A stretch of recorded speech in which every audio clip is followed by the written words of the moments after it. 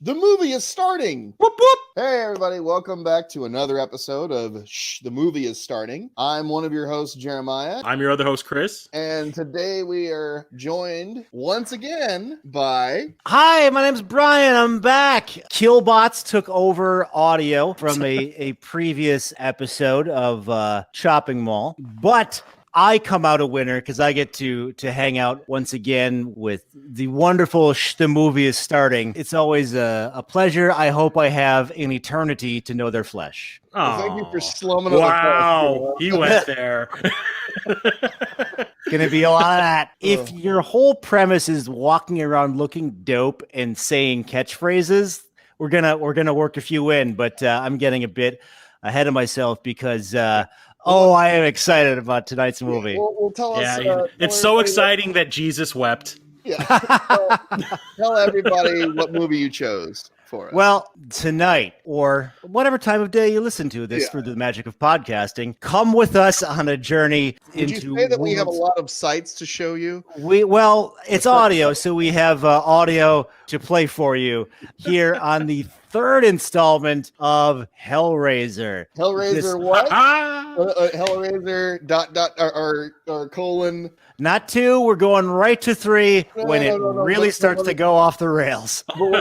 It's Hellraiser colon. Oh, is it? I don't have it in front of me. Is it? It's not Hellbound because that's 2. That's 2. Hell on Earth. Hell on Earth. I'm sorry, I blanked on it. I cannot think of a more appropriate way to close out our 2020 season. Actually, this will probably be the first episode of 2021. Okay, so, all right. This is a fun. This is a retrospective of 2020. Yeah, 2020. Oh, right. So why did you pick this one? I don't know, man. Like, it's such an example of hubris. I think like the first one was great, and the second one was bonkers, but it introduces like some cool ideas and like kind of just gets by. And then this to me feels like people going, just make another one. It's fine. People don't care what's in it. And then, talk about a realm of eternal suffering. Oh God. Well, and this is really the first one where Pinhead's kind of the antagonist. He's like center stage in this one. Yeah, like all the other this is the one where he became Freddy Krueger. Yeah, they figured out that people sort of gravitated to him as the coolest one. Mm-hmm. Yeah, first time where they've actually called him by his name in this one. Oh, okay. Terry Farrell actually calls him Pinhead at one point. And 2 is not a good movie, but it introduces this idea that maybe I'm getting ahead of myself, but I'll complete the thought that like you can turn into a Cenobite, right? Yeah, which becomes the plot of the 16,000 following Hellraiser movies. Like they're all chasing this weird idea, and until the one where Pinhead's a cokehead dream. Well, then we just gotta kind of come up with new Hell World, right? In EverQuest, essentially, and he gets to fight the Man of Steel. He gets to fight Henry Cavill. Yeah, what? In the 10th one, Henry Cavill was one of his first movies. Get out! Well. Maybe we'll slate that for a future episode or something. No, we won't. No. We got to dive into 3 here. Oh man, in industrial music, it's one of those movies that you've kind of already seen because it's just sampled to all hell. Yeah. Pardon. I was gonna say, Frontline Assembly basically mined this movie for every soundbite they could. And Suicide Commando picked up the scraps. Yes. Just it's like, I mean, more than Blade Runner, Event Horizon, any of the sample heavy classics. Yeah. Like for those of you just joining us, basically there's this box or a couple boxes, and if you mess with it, a bunch of BDSM demon-y type guys come out and say cool stuff and put hooks in your face. It's it's a modern Pandora's box, basically. Right. Yeah. Cooked up by Clive Barker, who, as I understand it, his involvement herein was minimal at most. This is the extent of his involvement in this is the title being Clive Barker Presents Hellraiser 3. God. Basically, he just says, "Write me a check. I'll be over here waiting." To your point, Jeremiah, this is one of the reasons why I chose it. It's just It's been a hell of a year. It's not quite from the mind of, but presents is pretty bad. But I think this is around the same time, or maybe this was a little earlier, because I'm thinking maybe this is around the time that Clive Barker was actually doing Lord of Illusions. that was in 95. This came out in 92. Okay, so he's probably working on the script or doing like stuff for that. I think he was still reeling from the failure of Nightbreed a couple years earlier. Nightbreed, yeah. I'm sure he was looking for work in the film world, but he was still writing very prolifically back then. So, I do have some stories about this one. Yeah, well, because I have actually conversed with two of the stars. Okay. So I will tell stories when appropriate, but shall we just dive into this thing? Yeah. Let's see Jedzia Dax light it up here. Oh yeah. Come on, show me your symbiote, girl. Anyway, this is a commentary track podcast, so we expect you're going to watch the movie along with us. Unfortunately, it's not streaming anywhere at the moment, but there is a Blu-ray available out there, which is what we're watching. We have the movie queued up right before the Lakeshore Entertainment logo after the Studio Canal bullshit that's on the Blu-ray. So we have it queued up, and we are pressing play now. All right. Now the boy is... Yep, he's running. Perfect. Flip and crack his head open. Hey, Freddy Krueger's under that water. He's going to jump out onto the dock and kick your ass. That's how Jason... Oh, wait, wrong franchise. Sorry. Yeah. Not that far off. Okay, so... Young Jason Voorhees, So I saw this in the theater. Really? When it was first... The day it was released, it was like I got to borrow my mom's car, which she never let me do back in the day. But yeah, me and my friend Charlie went and saw this in the theater opening night, and it kind of blew all of our minds. Yeah. At the time. Yeah. This is 92. I just become a senior in high school. Yeah.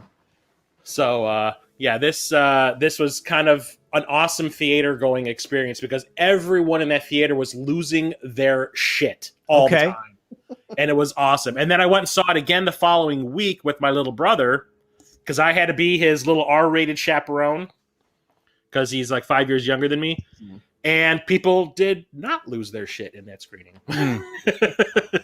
And I started to realize, I was like, oh, yeah, this is kind of like a one-time awesomeness thing.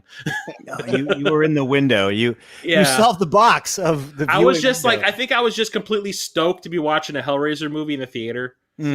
And I was just like, this is the coolest fucking thing ever. Yeah. And then I get to watch it again, and I was like, oh, yeah. Like when the first one came out, there was such a mystique around. I was a little kid, but like on the playground, it would be like whispered, like, have you seen or heard of Hellraiser? It was like, and by the time we're here in the third one, I'm sorry, what were you going to say? Oh, no, go ahead. Keep going. It just, the bloom was so off the Bloody Rose. Yeah. Well, it's like, I remember seeing the first movie, like, I would go to, like, the bookstores, and there would be, like, the issues of Fangoria and stuff, and I remember Hellraiser was all over, like, 2 or 3 issues in a row. And if you went to a video store, Well, my thing with this was, I went to go see, I talked about this when we watched House 2. Yeah. When I went and saw House 2 in the theater, they showed the trailer for Hellraiser, and it freaked me the fuck out just watching the goddamn trailer. Yeah. Because I wasn't used to watching, R-rated horror movies at that point in time, because I wasn't allowed to. But but then when it came to part two was the first horror movie, like R-rated horror movie, that I forced myself to watch. And I said to my parents, fuck your rules. I'm anti-establishment, horror all the way. And I went hardcore because I watched the unrated cut of Hellraiser 2. And from that point on, I was like, yes, horror movies are awesome. And I kind of watched 2, then 1, then 3. This guy's style seems like dime store pimp. This is Sandra Bernhardt's brother. What? Yes. Really? Yes. Why does he have like that Misfits haircut with the devil lock? But 90s. Oh, okay. But I feel like it's gonna be it was weird kind of watching these in the order that I did, because I saw 2, then 1, then 3, and it was kind of weird because like 2 is, I don't know how to, I mean, it's obviously a horror movie, but it's got something else going on. Yeah, it's got this like almost like Dungeons and Dragons kind of like MC Escher painting prison thing. I mean, I love the way hell was presented, because it was presented like it was like this minimalist hell. You know, it wasn't like fire and brimstone and the devil in the middle just going, damnation. You know, it was like a painting in a maze. It was very weird. haunted house. Like, yeah. Well, that's what got me, because when I went back and watched the first movie took me as a haunted house movie. That's how I took it. Yeah. You know, it's just this kind of fucked up family drama in a haunted house movie. And then this one turns into a horror action movie. Dad? But the thing is, the guy they hired to direct this one had directed the 2 Waxwork movies at this point. Oh, okay, yeah. So they I think they kind of expected the same kind of thing from him, because they wanted to make it more of like a fast-paced horror movie with like the quick cuts, because that's what he did. That's basically what he did in Waxwork 2. It was nothing but like quick cutting and crazy makeup effects and shit. I realize now how he got Paula Marshall to do the Warlock sequel. Probably because she did this. She had done this. Yeah, hey, hey, we worked together before. Yeah, because it's not like, I mean, because you still need work. She would be like some, like, I mean, you know, you'd see her in like you know, medium-sized budget movies and stuff. I think the last thing I saw her on was like Californication. Yeah, and she'd do TV. I mean, so she was like kind of, you know, like her and Terry Farrell were kind of the same thing. Like we're not big stars, but we're like better. I've seen him in things before. Yeah, it's like we're like Terry Farrell. I remember from Back to School. Yeah, and of course Star Trek. You know. Yeah. Well, this she did right before Star Trek. Yeah, but also don't forget, this movie came out a year before Jurassic Park. Mm-hmm. So really? CGI wasn't really quite a thing yet. They tried to use it. They tried to use it as much as they could in this movie. Yeah. And it does not look good. just be warned, everybody, if you haven't watched this before. The CGI effects in this movie are kind of abysmal. I mean, yeah. But I will say that Hickox, though, when it comes to like his style, I like his style of directing. I just usually don't like the movies that he makes very much. Yeah. I kind of got influenced by him and kind of my filmmaking style a little bit. Him and Paul Anderson. Yeah. Hey, there's Hell on Earth. She's got all the Cenobite toys right there. Yeah. What if this is all just a prequel to Becker? Yeah. The show she quit Star Trek to do. Yeah. Well, there was a whole thing with that, like why she got fired. Like, well, like because I guess they had promised her more money. And in the documentary Deep Space Nine, they said they promised her more money and then they lied to her. And then the Becker cast was actually behind her, and they threatened to walk out if they didn't do it. And then they're like, okay, fine, we'll give it to you. And they fired her. And then what's funny though is like not long after they fired her, that show went off the air.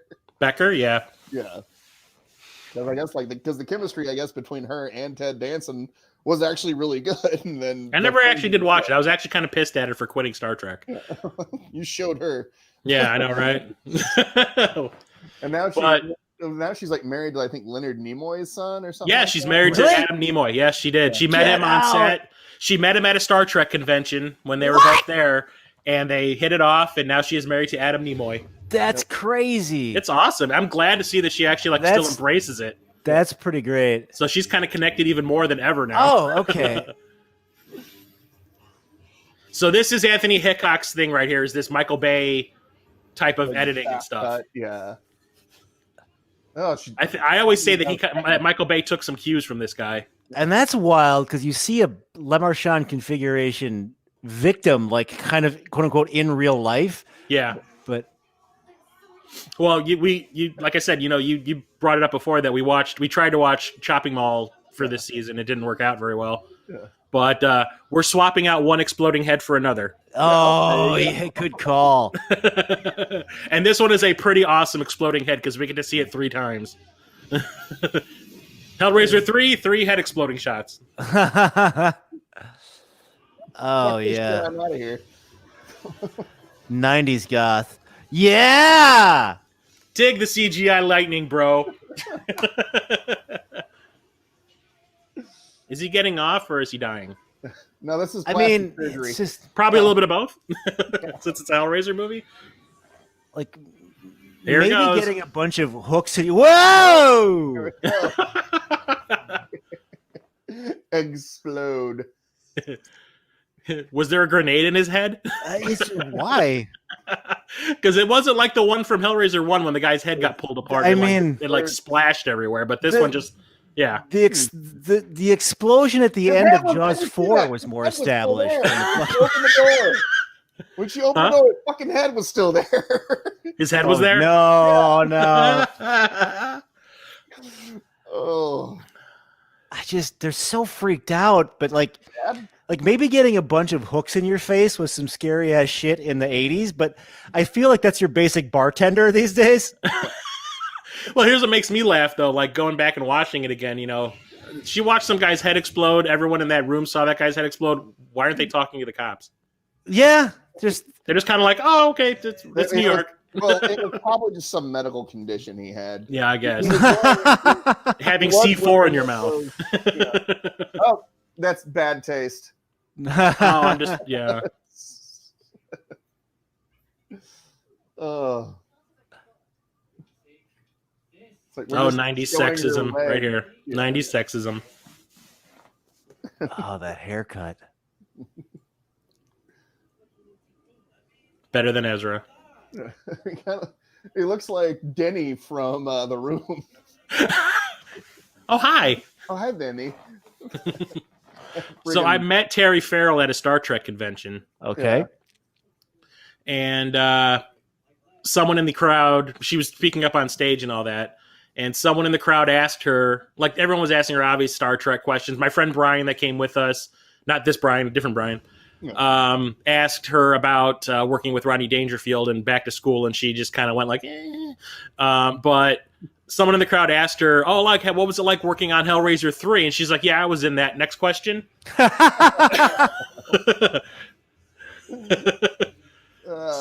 I can tell you she's not fond of this movie. Yeah. Oh, God. Every third club I've been to is like weirdly modeled after this. Like there was a baby and covered in barbed wire. Yeah. Blindfolds. That Milwaukee had a bunch of weird How many babies do you know, Brian, that have leather diapers? Well, college was a weird time. This guy's the writer of the movie, this bartender. Is he? Okay. Yeah. And he ends up playing the hat himself later. Yeah. Yeah, he's written every. Yeah, I know, right? Go dancer. Yeah, well, she doesn't even really work there. Although this is one of the first times I ever heard KMFDM in a movie. Mm. Yeah, this is where I first heard KMFDM, and I was just like, "Ooh, these guys." Oof. Yeah. Whereas it's not a concert like this until some girl shows off her chest. Yep. Yeah, it's this industrial bar, but they have this. Yeah, it's like one floor is the industrial bar, then this is the metal floor, then they go up. Yeah, this is like the Pearl Jam cover. Floor 3 is the high class opera. Yep, see we go. But you still got the go-go dancers in bondage gear behind the screens back there. Oh man. Jiggle, jiggle, jiggle. I hear they have a great baked Alaskan. I think that's the name of the band. Baked Alaska. How is the floor not vibrating like crazy right now? Right. It sucks.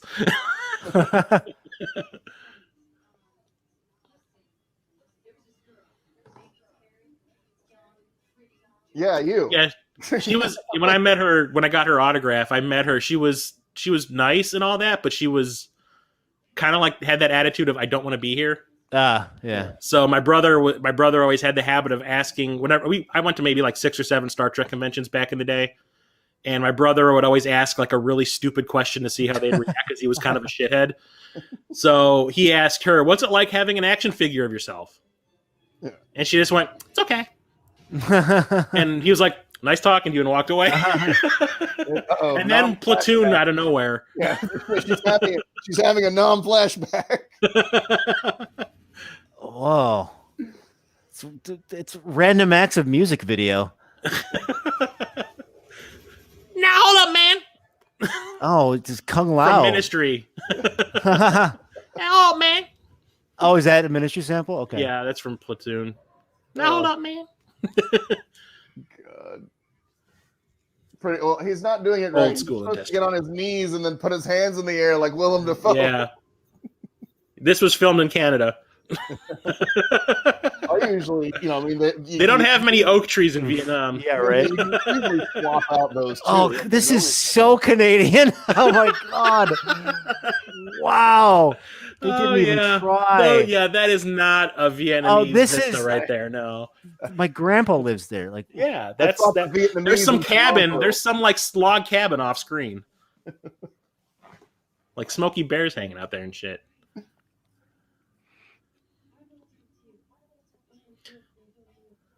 Yeah, I like it. We kind of skipped over it, but when she walked up to the bartender, she's like, "Yeah, I'm looking for a pretty girl," and he's like, "Yeah, go upstairs."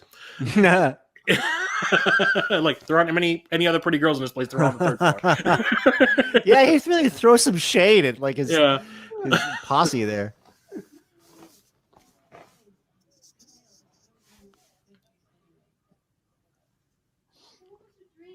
So I've also had a conversation with Paula Marshall here.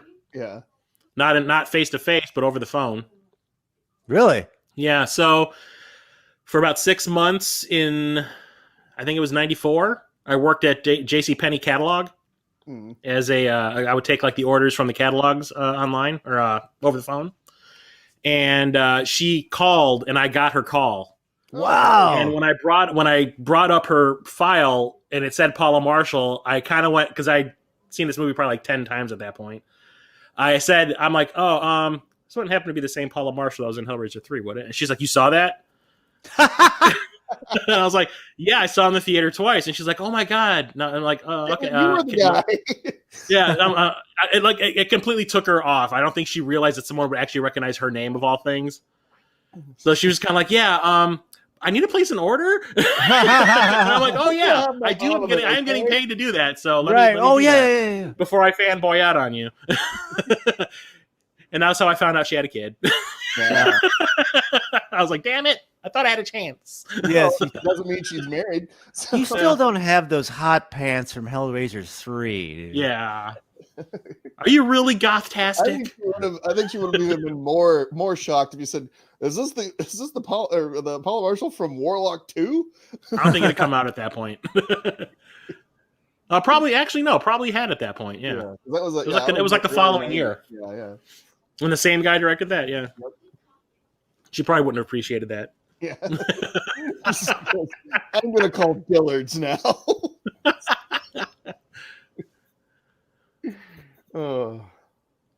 Now you know why this movie got an R rating. It advocates smoking. Right. That's really the although I do think it's kind of fitting what her Cenobite ended up being about. Like her theme was. That's the thing. This is where the Cenobites got themes. Yeah, they get. Well, they sort of had them. Like the big guy was Butterball or whatever in the other one, but like. Now that we know that you can like get Cenobite powers, you have to. Yeah, we do this weird like Dark Justice League sort of crossover where you're themed once you get your. Yeah, John Constantine shows up. Fuck you, fuckers! Yeah, where's my cigarettes?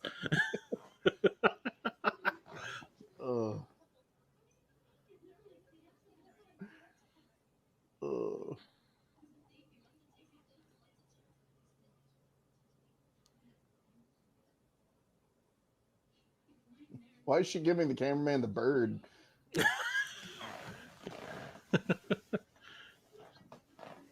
Acting.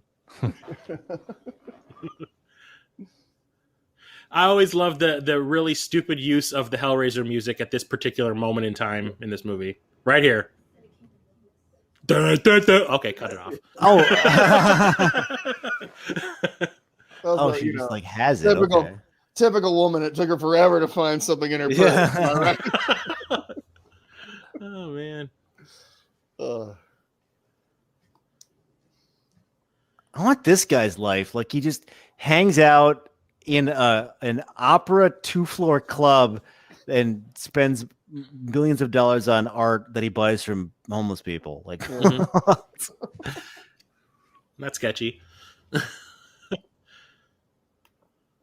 Yeah, when did I buy this eyesore? That's all a butt and a slit.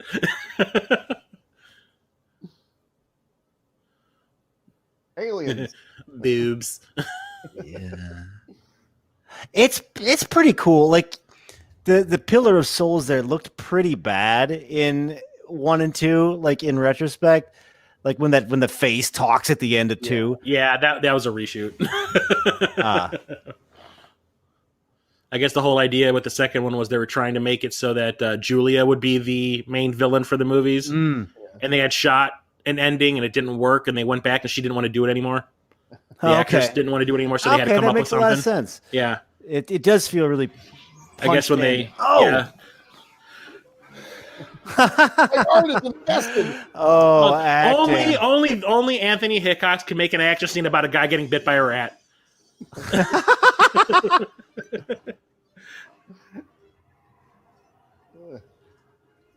Oh, yeah, wasting no time. Yeah.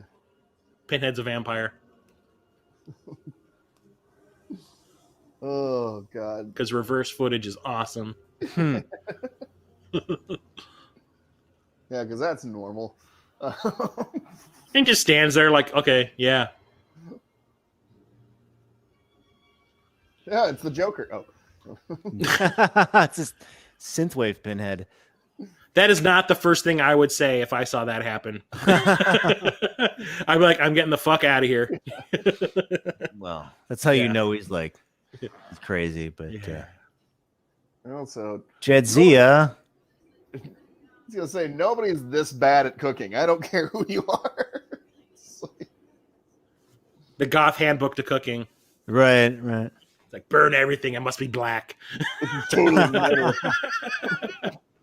Black is your soul. This toast is totally metal now. Ugh. Is it a microwave? Although we'll say her cutting board skills between the two of them is actually kind of nice. Yeah. Huh. Hey, thanks for Yeah, just leave the stove on, dummy, and walk away from it. Yeah, I was gonna that's say a fire start. Also, it's like, hey, thanks for ruining a week's worth of food. Yeah. She's like, I'm not a millionaire, lady. I live week to week like everyone else.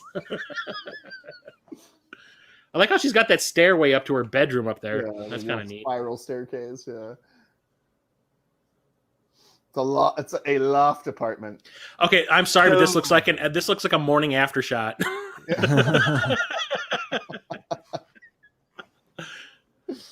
The world just looks so different because my perspective has changed. We didn't really do anything last night. I don't care. I actually slept in a bed. I didn't sleep in a box on the street in an alley. I said a lot of things. I have seen some shit. And it's called Hellraiser Bloodline.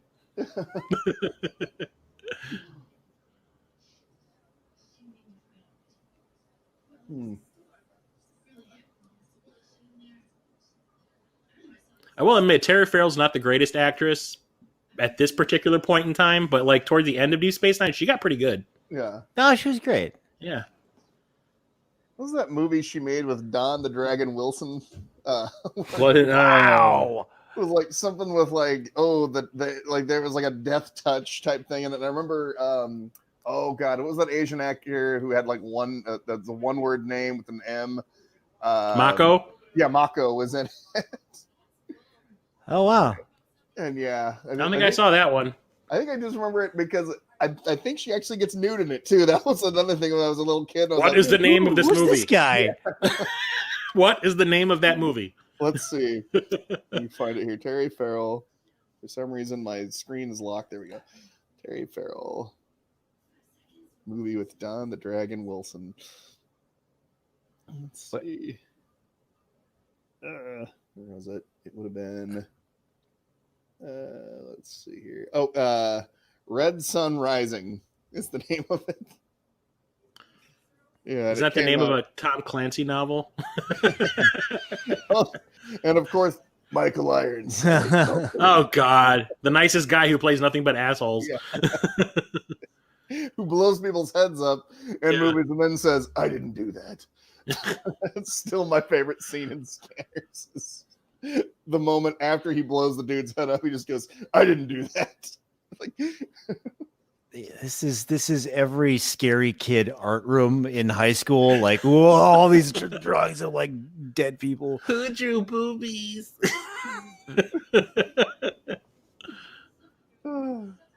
From the picture behind Terry Farrell, looks like there's blood coming out of her crotch region. Well, Yeah. veggie. Because Hellraiser. George O'Keefe and whatnot. Oh, Yeah. Chenard, we're doing a callback. tie into 2. Yep.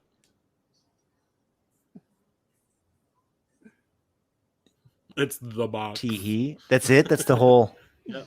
Oh, fist bump, bro. Bruh. Oh, they had not figured out the right music for this. That's really throwing me. Divine thing they're playing right here. What's Yep, that? they're playing Divine Thing. Oh my god. I remember that song was on the soundtrack. My brother liked that one, but I hated it. I think Divine Thing had played when she first shows up. Oh, was it? Yeah. I can barely hear the movie. Yeah, because Divine Thing was whenever Terry Farrell shows up to the bar. Okay. The Bachelor totally stole this. Oh, jeez. Did you notice Kevin Bernhardt's little Nomi dance move that he did? You know, his little showgirls move? Like he was having a seizure in the doorway. I don't dance, I convulse. She's like, I'm going to be in Showgirls too. I'm reading lines off your forehead. Somebody spray painted it in your hair. Ugh. He kind of reminds me of the guy from Nightmare on Elm Street. The Nick Perry? Is that his name? Nick Corey. Nick Corey? Yeah. Tina's boyfriend. Yeah, from the first one. Yeah. And I remember seeing this when I was a little, because this was probably one of the first Hellraisers I ever saw, and I just remember this scene. That's a good way to cover up her chest, though. Just have him place his hands and rip them almost off. Like, oh yeah, tear the shit out of those things. And I remember as a kid thinking, like, man, he is like really just like squeezing the shit out of her. It is bizarre. It's like it's a good way to cover him up if she doesn't want him shown. Yeah. But he's getting he's getting a good beyond copping a feel. He's Jesus. He's just like, hey, yeah, if she doesn't want to show, I'll be more than happy to help her out. Look at her eyes. She has such dead eyes. So Is he ashing on her belly button? Jesus. Yeah, I don't know. By the power of grace. Yeah, He-Man. Speaking of callbacks. Click, click, click, click, click. Hey. Click, click, click. What was the other one?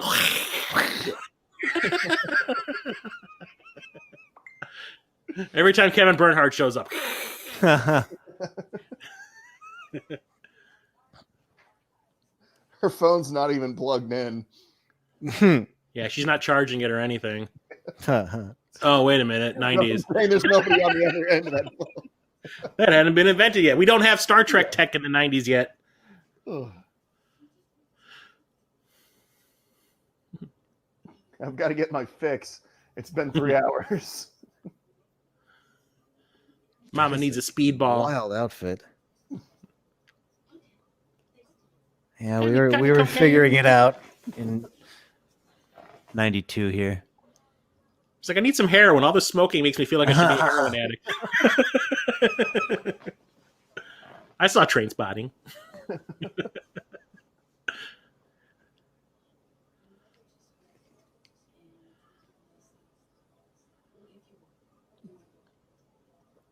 I never noticed that before. Terry Farrell's got her dad's the medals and stuff on the wall. Yeah. No, you will not do breakfast. He will Never again. Never. I guess those boots are made for walking or pimping. I don't know. Kicking people out of the apartment, more like it. Right. Radical. She loves Teenage Mutant Ninja Turtles. Did Clive Barker paint this? Little does he know is that she's actually an art student at Juilliard. And Kevin Bernhardt did not go there for acting.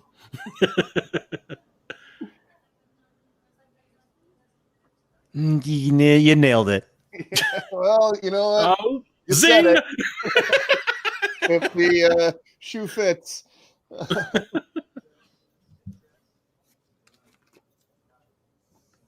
Oh, and you better not. Damn. Yeah, she's acting there. She's acting. You shit.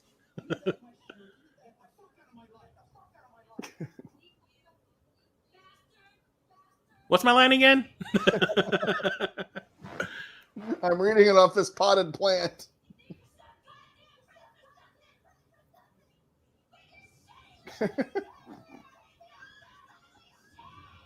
Pinhead's just like, you know what? I've had it with this girl. Just shut up, lady. Yeah. He's really kind Like- of doing the world a favor. He's like, really. yeah. He's like, I'll do it for you, okay, guy? I'll do it for you. He really enjoys her hooker boots, though. Wasn't his face upside down? Yeah, Originally. Yeah, but whoa. There always has to be a skinless corpse in these movies, you know? Yeah, he's got a type. Yeah. He likes him skinless. Pinhead loves the skinless. Oof, that's not great. Tastes like chicken. Oof, that's not great either. Yeah, we were not there yet with CGI No. when this movie came around. I think at this point in time, Terminator 2 was still the pinnacle. This is after Terminator 2? Yeah, this came out the year after. Okay. Pinhead got sass.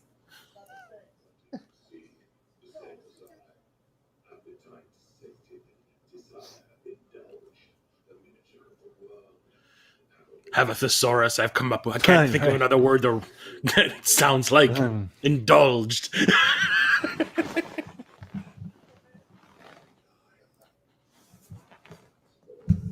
She was an acquired taste.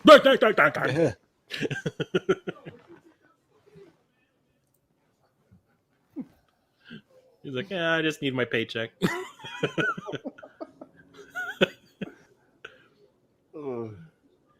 I'll give it to Doug Bradley, man. He stuck with this series as long as he could. Everything out of his mouth is a sample in these movies. That's just Yeah, like. this whole movie is a Frontline Assembly album. Do you think they wake up and just like study like what would be some dope shit to say today? Like, oh, evil. Doug Bradley's like, I'm classically trained. I'll think of something. Right.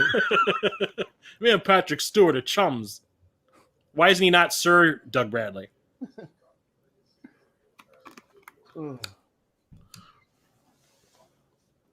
We're getting a backstory on this asshole now. It's the only backstory we get Apparently, he murdered his parents. for some inheritance.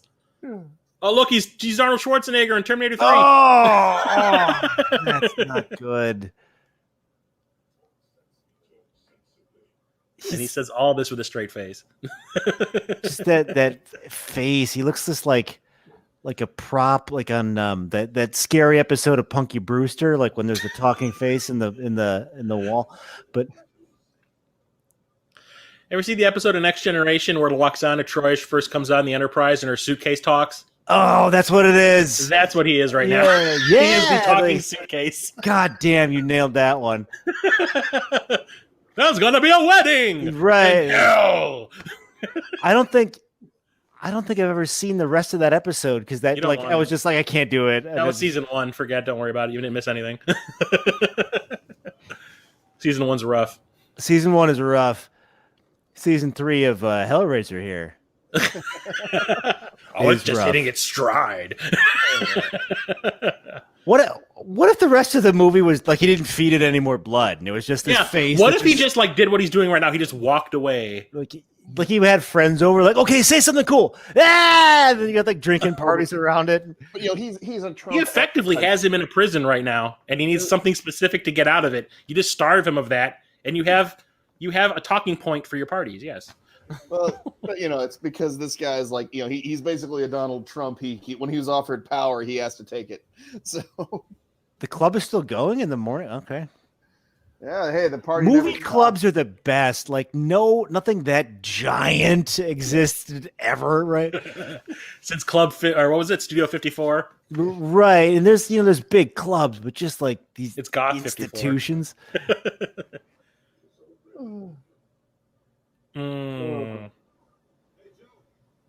Hey, check out my hippie jacket. Who wants a mustache ride? Oh, David. Who Crosby. has a better mustache, Jeremiah? Him or Jameson Parker in Prince of Darkness? I don't know. He's got that. He's rocking the handlebar. This is loved. Like, he really had to work to make that curve happen down towards the chin. It's just like attention to detail. Bladed weapon. Yeah. You think he uses a Bowie knife to do that? Oh, you know he does. Later at the Batcave. Right. Here's Ashley Lawrence's little contribution to this movie. I wish we got more of her in these movies because I had a crush on her big time back in the day. Now she's iconic in the first two. Oh yeah. I follow her on Instagram, and she is still milking this franchise on Instagram. Really? Because she showed up in the later ones. Like, she's fairly prominent. She showed up in Hellseeker, and it turns out she's like in cahoots with Pinhead in that one. Really? Yeah, it's really bad. The guy that does the what is it? The Mayhem. He plays Mayhem in those commercials for insurance. Oh yeah. They're married, and it was like I think the big gist of the movie was Pinhead found her, was coming for her because of what she did in the first two movies, and then she made a deal with him to take her husband instead of her. Because wasn't he like her husband was like a cheater? Yeah. So she made a deal with Pinhead. How about you take this dick instead of me? Pinhead's like, yeah, girl, let's do it. And that's the clip used at the start of Motorhead's Hellraiser music video. Oh, this? Written for, I only know what it does. It hurts. But where he plays like 5-card stud against Pinhead, and Lemmy does. It's a pretty dope video. I love the song. The song's great. He's penless. Oh. Okay, so things that would happen in reality that would normally freak people out. People in this movie just kind of go like, whatever. Oh, that's weird. Huh. That's funny. This statue that I randomly bought absorbed somebody's blood. Whatever. So you're saying they react? Someone knows my name and talked directly to me on some VHS tape. Whatever. But yeah, You're saying that they react as if they were just watching Wonder Woman 2? Yeah, a little bit. Oh, so you had the same reaction I did? Yeah. It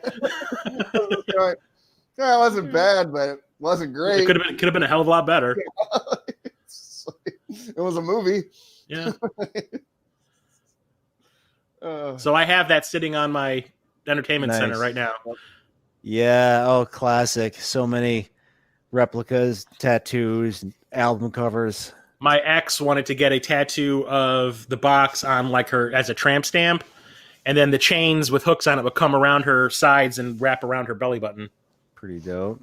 It's a lot of work. Yeah. I was sitting there going like, you are not going to put up with that shit. I can tell you right now, you're not going to put up with that pain. I mean, you'd have to do it. You'd have to do it. It'll be multiple times. Yeah. You couldn't do it all at once, especially like to have your entire like waist just like it would take an eternity to know the line. Yeah. Uh-oh. Yeah, this does feel like it's in an alternate Brian, we're universe. already here, and so are you. Yeah, why the hell? Why is she carrying around a fucking stuffed animal? What's going on with the top? Is there a I don't mind beach? I mean, no complaints, but like this is it's almost a parody of the 90s. Like, it's so early 90s. Yeah. And everybody figures out the riddle really quick. Like, I think, if you read the books, it hypnotizes you as you're using it. Oh, does it? Basically, it like wants to be open, and it kind of like controls your fingers to open it. It's weird the way they describe it. Because in Hellbound Heart, it takes him like a long time to open it in the opening scene. I still got to read the pseudo sequel to Hellbound Heart that I have, that Clive Barker wrote. Oh, is it any good? I mean, I didn't know that. The Scarlet Gospels, where Harry D'Amour from the Great Secret Show shows up in the Hellraiser mythos.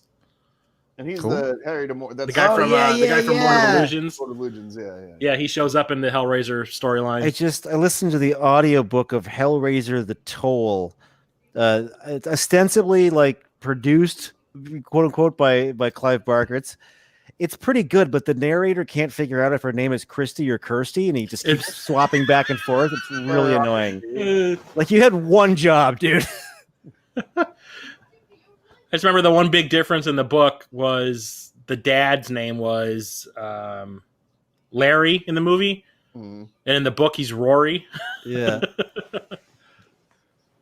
Maybe that's God, what was that thing that was popular for a while where sometimes you'd hear either like Rory or something, you'd hear two different names. I think when they made the movie, they're like, so we're going to make the character American, so Rory sounds like too much of a British name, so we'll change it to Larry. They also made the father-daughter relationship is unique to the movie as well. Yeah. If I remember correctly in the book, they didn't really like each other all that much. Really? If I remember correctly in the book, they weren't really like each other. Does the uncle still try to molest the... Oh, yeah. Well, but it's Garrick. It's all the Deep Space Nine characters. Oh, yeah. Hellraiser is the testing ground for Deep Space Nine. I mean, like my grandpa always said, Hellraiser is the testing ground for Deep Space Nine. Look at that. Like, she literally just like set up camp there and then just like slobberoo. Well, here's why she trashed the place. You'll find out. For New York City, that's a giant apartment.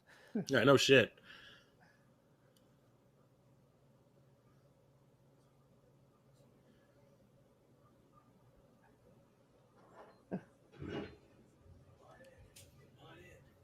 Bell bottoms are making a comeback. They did in the early 2000s. They're flared. They're not bell bottoms. Oh, sorry. She's all sparkly today. Yeah.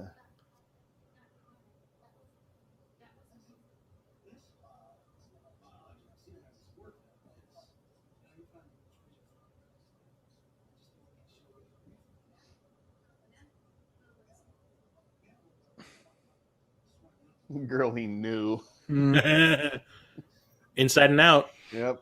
Derp. Instantly jealous. Yeah.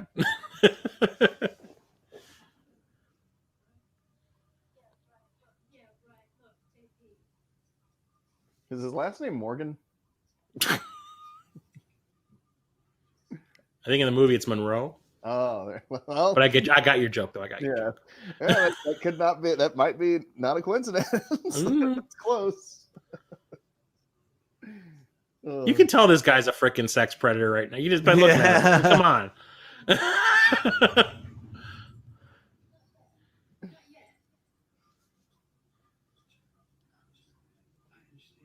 It's kind of like he was essentially like this era's Ben Affleck. He was Ben Affleck before Ben Affleck. At least, had Ben Affleck done his steroids after school special yet? Yeah, like here in the Miss Saigon, Toronto over here.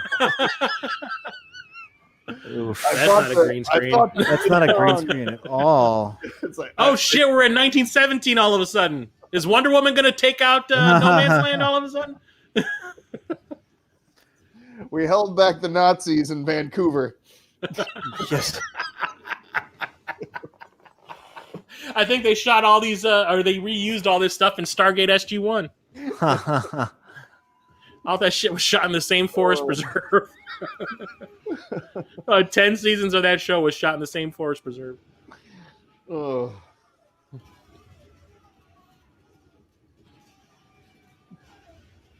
Yeah. Nice half a body. Just it's Mortal Kombat. That scream was used in a Frontline Assembly song. Okay. It's fine to try to explain to kids now what white noise was like that. Oh, interesting. Like people don't understand the fact that like TV channels used to have like a cutoff point. Like Yeah, there was a point in time where there was nothing on. What? Yeah. I'm like Like you would now- just go to a channel and it'd be like, there'd be just static. You know, Oh, and that's you don't weird. have, The like, TV just you don't have talked the to me. TV snow anymore. It's now just blue or whatever. So it's like trying to. Now it's just infomercials and shit mostly.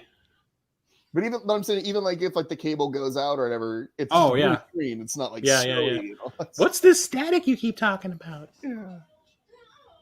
I She's doing her Bobcat. think she had a Goldthwait. stroke. No. She's doing her Bobcat Goldthwait impression. She just- You guys are all Okay, Police Academy 2 was a fantastic movie. okay. Acting. Jesus. Boy, she's a rube, ain't she? Here comes the throwback line.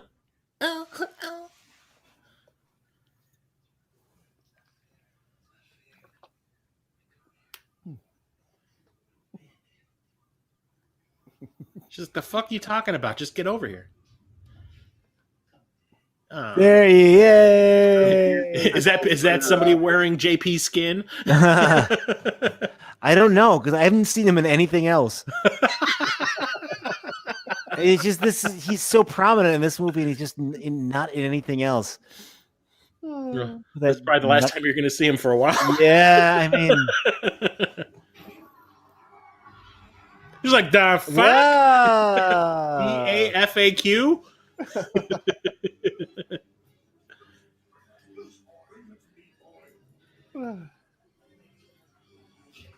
Like, you cheat on me with that statue? Yeah, right. What kind of kink shit is this? He just wanted Jadzia's number. Yeah, I know, right? She's like, I like girls with a secondary being living in her belly. Oh, man, she must know Buddy Revell. Oh, yeah. Half circle back B for that punch. Do they have crosses on the knuckles? Yeah. Oh, yeah. Oh, look, the hookage. He's even got hooks hanging in the room. This was a match made in heaven. Or hell. Oh, Hey. zing. Why are you stopping to talk to the fucker? I remember someone in the theater said, what the fuck are you doing? Run. Yeah, just go. Not since Chucky has there been a less threatening bad guy at this He stage. obviously can do nothing to you. Right. He's just talking. He can hurt statue. your ego. Yeah. Words hurt, Chris. The pen is mightier than the sword. Is that what you're saying? The pen head is mightier. Oh, than the pen. Hey. Oh! Hey-oh. On fire tonight. I know. It's like, The hell on earth for real. 2020 edition. Hey, hell on earth 2020. Hashtag. yeah, people are just not freaked out by anything in this movie. That's what gets me. Everyone's just kind of keep talking, Mr. Statue Man. Go on.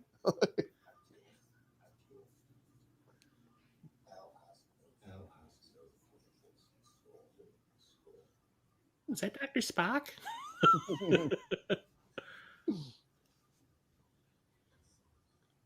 I like how everyone's just willing to sacrifice people to this thing. Yeah, they just don't God. care.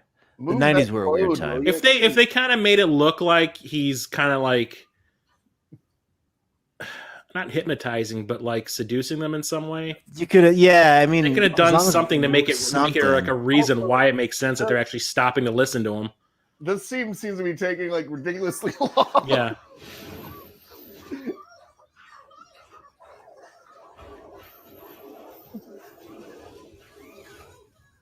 And then What the up, bro? weird sex machine he gets drilled through. Now give me a blow.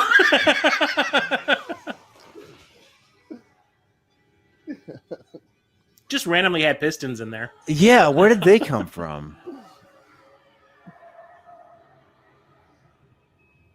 Maybe it was because of all the pulsing he was doing during that love scene. I don't know. Hey, Sloth loves chunk. Hey, Sloth. Oh, yeah, you want to get that looked at. Yeah. I think this statue is a leper. No, it's just He's leaking all over the place. It's allergic to bad movies. And now I will say this, like this is where like this third act of the movie we're about to get into here. It goes crazy. It goes off the rails. This is really fat shit. Well, that's I think why they hired Hickox, because if you watch the two Waxwork movies, they did have like these absolutely batshit crazy finales. Well, and he's back with the Waxwork movies. They're almost like anthologies because like each because each little segment, like each each. But what I'm talking about is at the end where like all of those, and especially like in the first one where like all of the exhibitions come to life and like just wreck shit. Yeah. In the Waxwork Museum and all that. It's like that's kind of what they wanted here was like this batshit crazy actiony horror thing going on at the end. It's just nuts.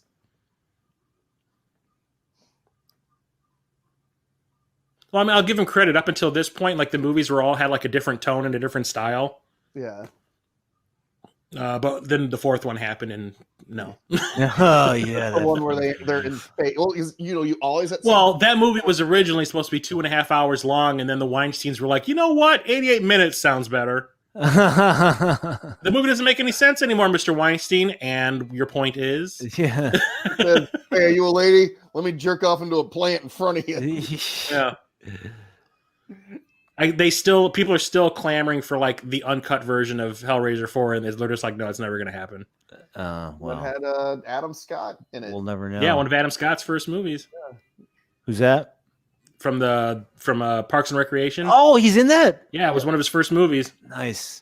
And it was because it was funny because that was the same time that it's demonic. The last or Halloween Resurrection. Curse of Michael Myers or 95, whichever Curse of Michael Myers. The Halloween movie that came out there also had Paul Rudd. So and I think that was Curse of Michael Myers. Yeah, and they're both Weinstein produced. Mm-hmm. And since Paul Rudd and Adam Scott are like best friends, they were probably auditioned for both of those movies. Yeah, they probably auditioned for both of them, and one of them got cast in Halloween, one got cast in Hellraiser. Yeah. Turned out they both ended up being shit. Yeah. both of them victim of post-production meddling. Yep. Well, it's kind of her fault for sleeping in a prom dress. I mean, like she's just getting confirmed. Involved pajamas I've ever seen. Yeah, she's going to her quinceañera. This is new. Kind of an interesting callback to 2. I'll give him that. But why? Like it's they're just fine. They're so fine with everything. It blows me away. Yeah. This is also new. This is something that would be at home in Star Trek. Right.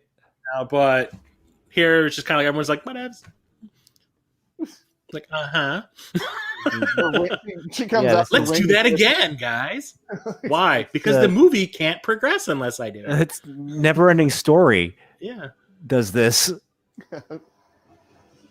Look out for the 2 sphinxes. Yes. Well, we've already seen a bunch of statue titties.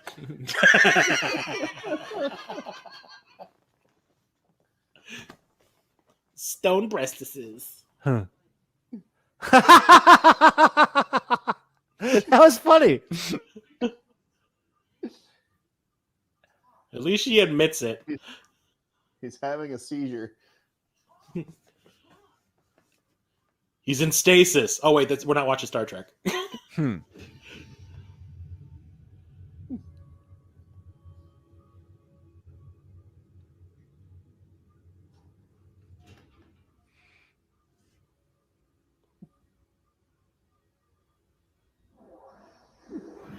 Blinded by the light. Oh, never mind. All right, so we're back in Toronto. 1917. Yeah. To Edmonton. Yeah. Clearly Winnipeg. Yeah.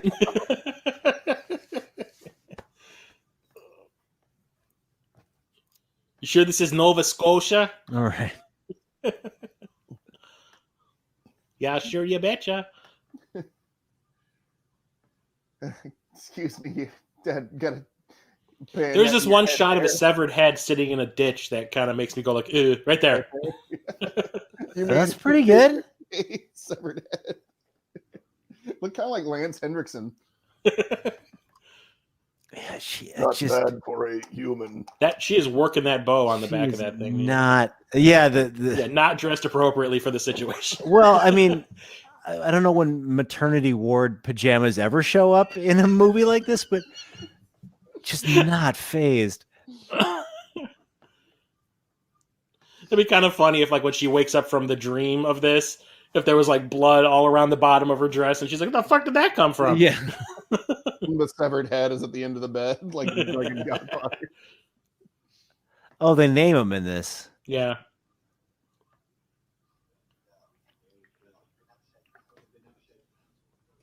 Well, once, but when I was a kid, hard. It was a paw wraith, not a ghost. Technically. Oh shit! Yeah. Where's Gul Dukat when you need him?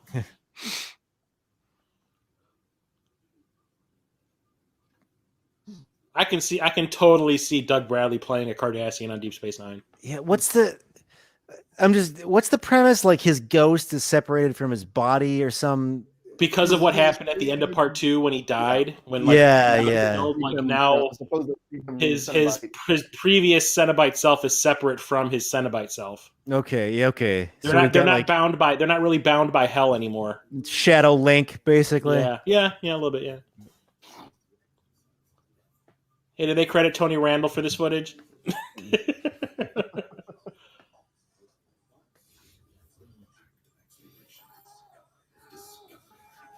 A little bit of 2 here. Oh, now we go full 2.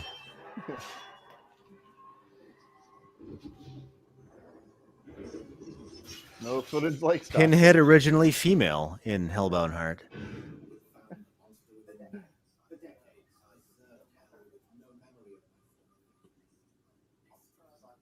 Oh, you weren't finished. Okay. She's like, how did we go from the battlefield to the BDSM dungeon? Not that I'm complaining. When did that happen? Is this where they tortured the Man in Black from Princess Bride? Yeah, right. Oh, he looks so redonkulous when he's in the funky gear, but he's just like a dude. Yep. Notice that he has way more hair in the other footage than he does here. Yeah, there was 4 years in between the movies. The little hair loss happened. Well, they Bosley have such sites and follicles to take.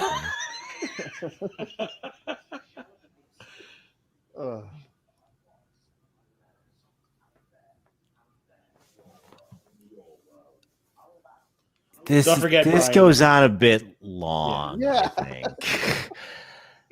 And it's basically he's repeating the same shit over and over again. Yeah. I mean, we're just getting a massive. Just in case you haven't figured it out, like I used to be Pinhead. Like, I mean, you would watch these Hellraiser movies for like the gore or whatever. So it just like we're on minute 6.5 of this bizarre exposition here. I'm just falling asleep. Yeah, this exposition dump.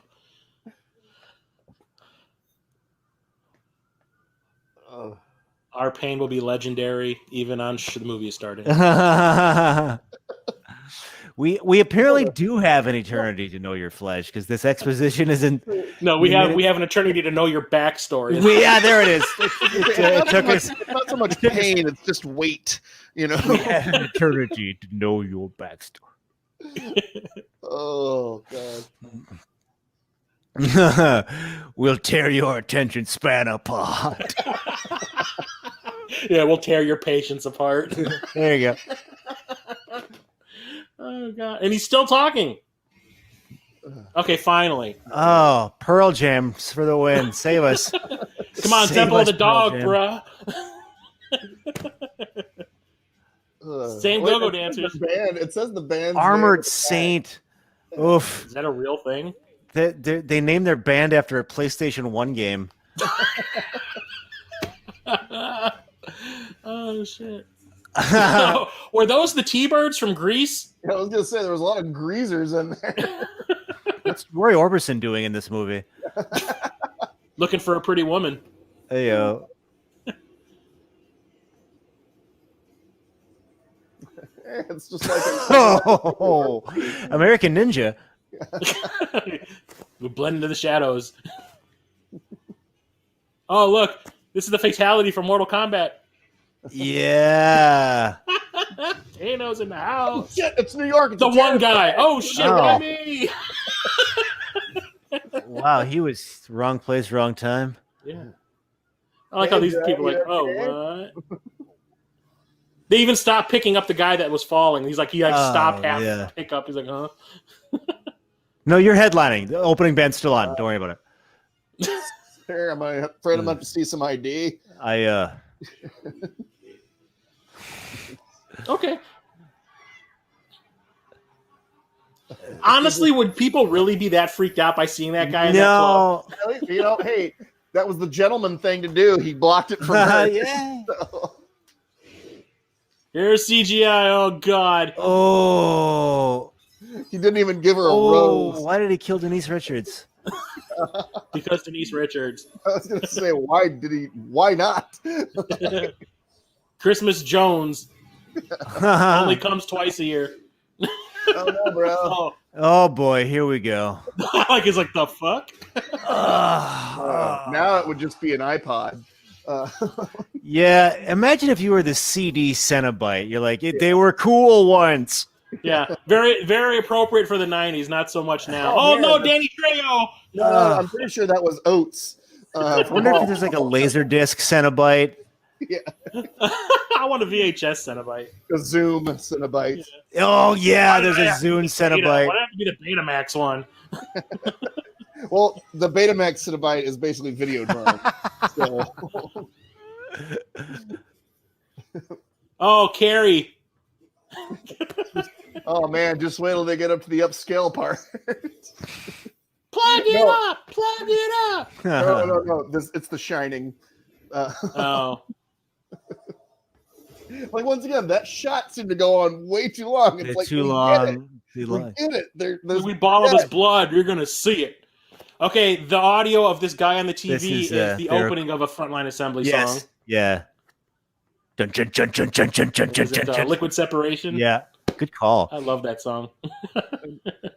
And so, okay, so Not something important we want to talk to you about. Crowds all around us, police all around us. Yeah. So from what I understand, what the Cenobites possessed the TV or something. But the thing is, the whole point of this movie is make sure your appliances are all plugged in. Yeah. Who unplugs their television before they go to bed? See, at least this guy's got a cell phone. Yeah, well, he's Chris Christopherson. He's got some money. Yeah. This is before he started training Blade. Director! Hey. Cameo. Oh, he's so Alfred Hitchcock. Why would he have even got out of the bed? If he didn't believe what he saw. Terry Farrell, ready for action, in a turtleneck. For some reason, I should bring this with me. Why? The script said so. Yes. I was told if I didn't, I'd never work in this town again. How do you, if you're her agent, how do you bring her keys at least? And see, how do you really? Everything in this movie is unplugged. The radio is unplugged. The TV. That's how you know it's scary. Yeah, it's a ghost. Ghost TV. Yes. Old Doc. Makes you think. Maybe in The Ring, if they unplugged their TVs, they wouldn't have died. Hellraiser 3 told me so. There's not bad ideas in it. It's just everybody acts so wacky. It takes you right out of it. It's a club from Wayne's World. Zang.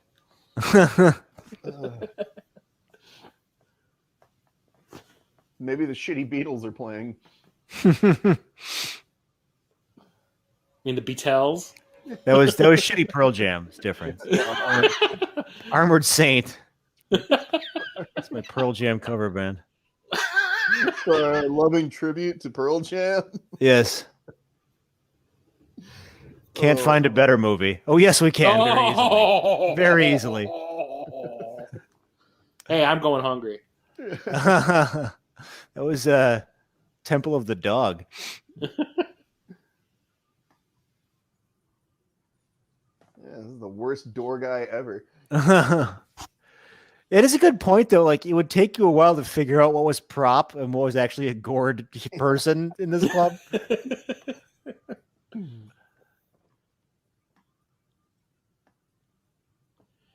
Hey guys, we need to fill out another couple of minutes of the movie to make it theatrical length. Apparently, this was that Heaven's Gate. Oh, she's having a reaction. See, that's realistic. Almost gagging and shit. Yeah. Instead of like, oh, okay, whatever. There's just this is an everyday thing right here. This is an mangle the people. I mean, would you actually be walking through it, or at this point, would you just go, okay, it's time to I'd be like, fuck this, I'm out. Yeah. What does she need to find? Yeah. Deuces. Oh, I think I stepped on your colon. Oh. It's like she's in a browser game, and there's like a glowing item she's got to go over and click to get the inventory. And then it turns out to just be like a piece of paper. Right. It's someone's receipt. This looks like a clue. Oh, I can see your mind. Balls. Oh, the corner douchebag. Oh, that's the funniest one.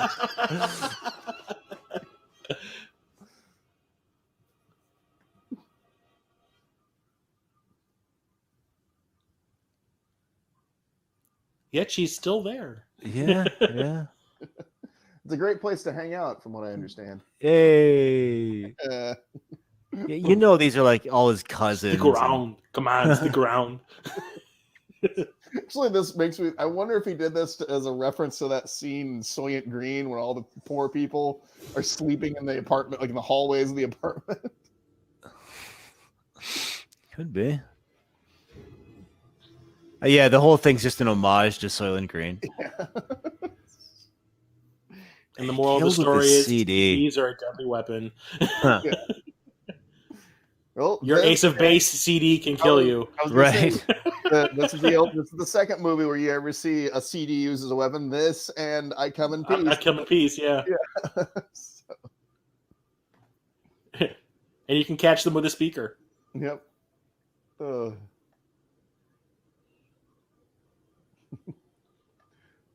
then the mini disc took over. Oh, okay. Oh, look, it's Pinhead with Christmas lights. It's Christmas Pinhead. It's Festive Head.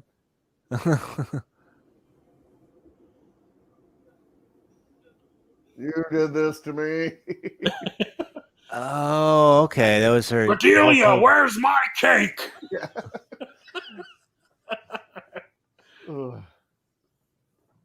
And now Pinhead's going to talk us to death. Check it out. It's Benicio del Toro right there.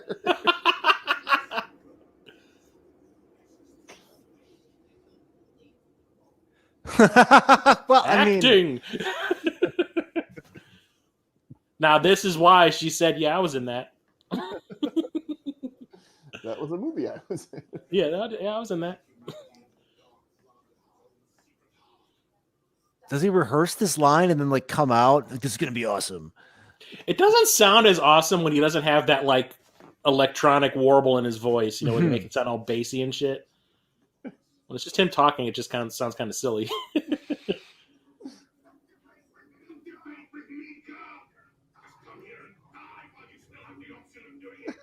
Hey, don't forget, everyone, Pinhead's British. Yeah.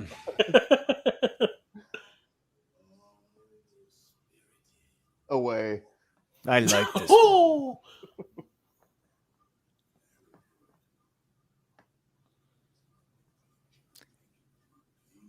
Yeah, is that what's making this so awkward? Like, did they do more with his voice, you think? Yeah, they didn't. I think when they figured like he's coming to reality, like he's like in the real world now, and not because of the box, he's not there. They took away that like bassy voice, like the modulation they did to like Freddy Krueger. Yeah. It's just not there anymore, and it doesn't sound as cool when he doesn't have that. He just sounds like he's trying to project his voice like he's on stage. I've heard about flagging down a cab, but that was ridiculous. Hell. That's your fault, Terry Farrell. Yeah, that one's kind of on you, Jedzia. Like she just stands there. Oh, look, am I fry me? Yeah, slap him. That's the best thing you can do. Huh? That's the best thing you can do. It's kind of like those kids from that GI Joe PT or PSA. Who wants a body massage? Who Who wants a body massage? Let's launch over it. Electro water. What the fuck? Yeah, I see the Jamie science Foxx here in is- that electric activity. Yeah, right. It's not.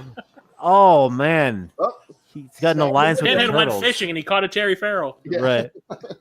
Got a Terry Farrell booby. No, that was Pennywise coming out to play. He came out of the sewer. By it at all. Do you think like with he's We got can like, only chain afford one car to powers? do that. No, they're blowing up downtown Montreal. Oh no! Where is Oh, that was not good. Larry's. I wonder if that was a reference to the first one. Me. Oh my God! There's a fire sale.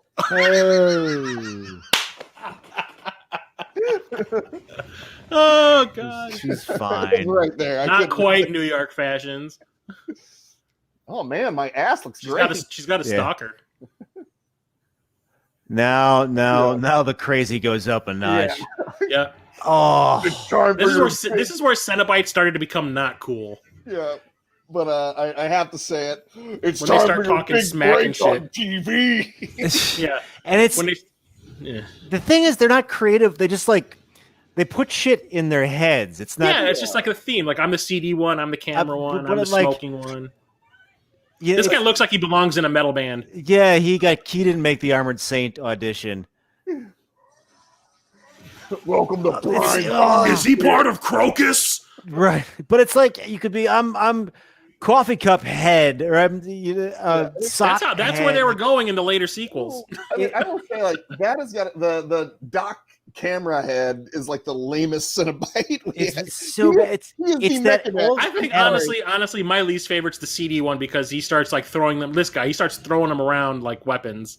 Yeah, but I mean, at least He's got a CD tray in his chest, dude. They're projectiles. I mean, they're projectiles. Let's be honest. Camera head And is he like, moves around like Data. but camera head is like the mechanic. Yeah. Of the oh, I'm sorry. Click, click. It's that old Adam Sandler bit of lazy Halloween costumes. Like, I'm a crazy piccolo. You're like, I have, whatever. I'm TV head. Or, I'm the bartender that I'm messes around with bartender head. gasoline. The alcoholic Cenobite. Yeah. He's like, I'm a circus attraction. That's at least something. But I like how he's got the gasoline. The best line reading in a movie ever coming up right here. The best delivery of a line. yeah, that's I remember it got a huge laugh when we saw this it's in a the theater. low stakes Justice League walking up right there. Where are we at? Here it comes. Prepare yourselves. I just remember the huge laugh this got. Right in the schnoz. Right? Okay. It's when he throws it. When he throws the shaker.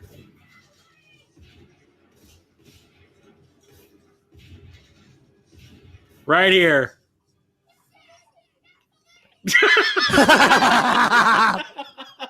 And that got a huge laugh when we saw this in the theater. I was laughing my ass off. It's, they say it's hell on earth. It's more like hell on a couple blocks, like on a few city blocks, really. Well, you know what? At least they're doing more than Jason did when he was in Manhattan. Yeah. Yeah, like, and then what if iPhones come out in hell and everyone's like, should we invite Camera Head? Like, nah, we're good. Like, we He's don't obsolete. need him. Camerahead's obsolete. Sanctuary. He still films on like physical media. I'm like, everything's digital now. Shit, fuck that guy. You love film. What can I say? Is there like YouTube head? Yeah, right. Twitch head. Yeah, Zune head is like, Zune head's like, oh God, why? I was cool once. I was cool for 25 minutes once.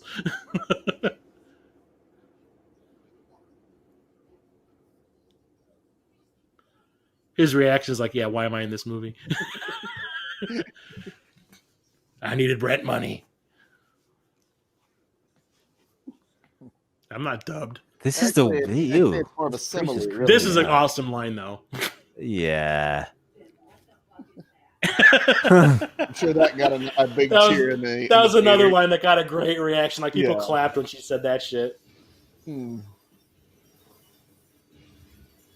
Yeah, this was like one of the first movies I saw where there was like tons of audience participation. Like Okay. everyone was just losing their minds like every 5 minutes.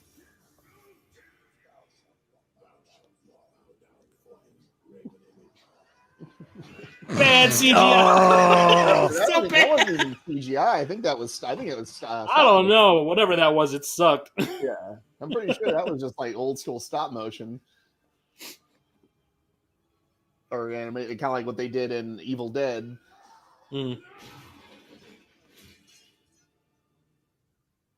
Bernhardt ain't got no time for no holy wafers. Grub worm. Oh yeah. Because why not? He's got some escargot thing going on. Like he takes a break to just have this little scene. So this is them saying the movie needs to be 3 minutes longer. Right. Yeah, he's got at least several parasites in his brain. What I gather. All to mock this. He's a Mandalorian. Yeah.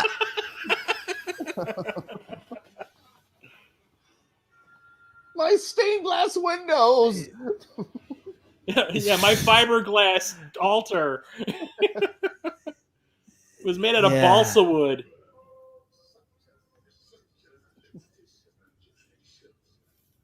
That's what the guy told the writer. Yeah, here, eat my nipple. Right. Why not? Yep. Did it. Sorry. Yeah, it's used in the self-titled or the eponymous Hellraiser song from Suicide Commando. No, or Raise Your God. It gets tricky because it's just sample after sample. Yeah, I think that's Raise Your God. That's very salty. Oh, Well, the way that the sequels kind of degenerated as they went, I'm surprised that part 11 wasn't called Sample This. Yeah. Hellraiser Sample This. There you go. Oh yeah. Did you guys see the last one that they made? I tried to. I had to tap out. Judgment? So bad. I thought it had an interesting idea, but it was just like beyond cheaply made and shit. Yeah, it's just when he's taunting him with the shotgun. Oof. But that's the other thing of like you can be a Cenobite. Whoa. Yeah. And like, Here we he's go. got some shit in his head. Okay. Yeah, he's a pump because he's a sex maniac. He's got pumps in his head. Is that what it is? I think in the comic book, that's the way they described it. Was like he likes to fuck, so he's got like these pumps in his head. yeah. That I can at least make sense, like, because she's like cigarette themed. Yeah, okay. I'm the smoker. I'm the nicotine addict. Yeah. Yeah. And I like her But weapons he's or just how got she a burns piston people with the going on. cigarettes. It's stupid. And if you listen to this scene where they're circling her, you just every once in a while you hear it tss, like she's burning her. Yeah, right there. Yeah. Yeah, tss, tss, tss. So stupid. Oh yeah, another guy can toss Molotov cocktails, and she's just got like cigarette powers. Yeah. Well, maybe she's they kind of just got the gave her raw cigarette raw burns deal together. there. You Yeah. know, he's got the gasoline and she's got the cigarettes. At least he's got nightsticks. Yeah. Yeah, he's like BDSM Daredevil. I see you. On Etsy.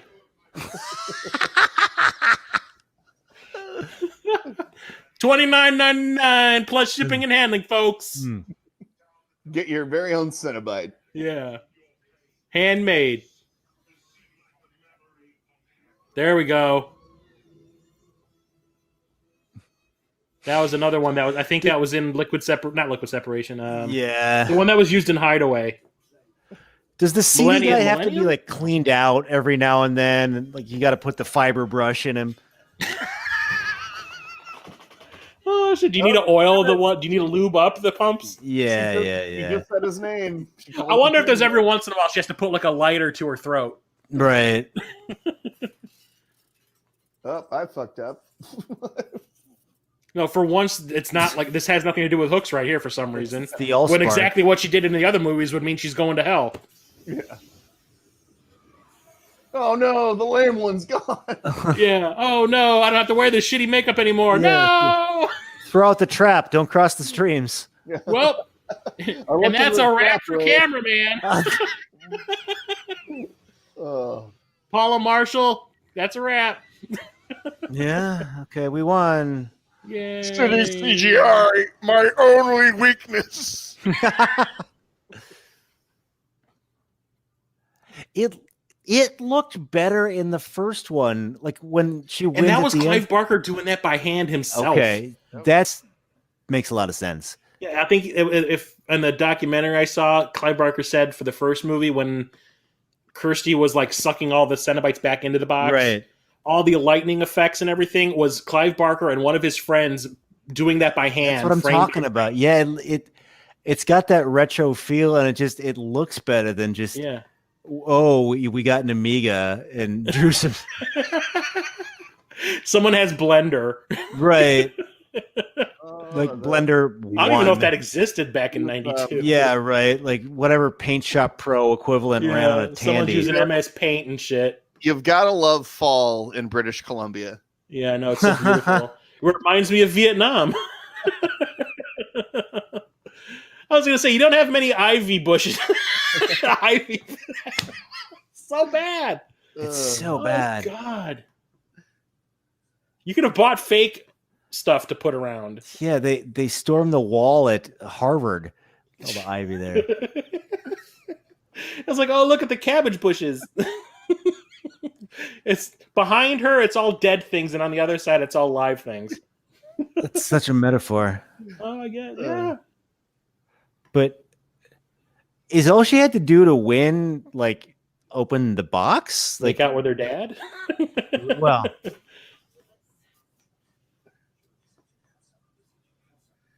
it's like, have you been smoking? you smell like menthol. Well, Chesterfields. Oh, there you So she's like, I was smoking cloves, Dad. Oh, he literally just pulled a Lord Helmet. Yeah. Fooled you. This is the horrible CGI right here. Ooh. And he's a different color when you see him in the next shot. Oh, yeah. He had like a blue tinge to him before. Now he's got that autumnly orange hue to him. Yeah. You fell for it, you dummy. Stop whining about it. Such a millennial. With his weird semi-fingerless gloves, like he's in Cats. He likes to use his fingers. Better to rip my nipples off with.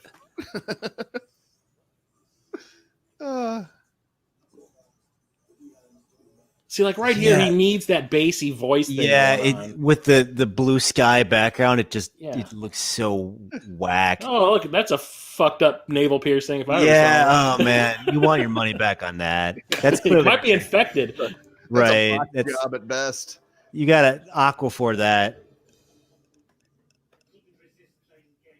Well, I love tic-tac-toe and Uno. Oh, now they're Been as norming a this. Connect 4, motherfucker.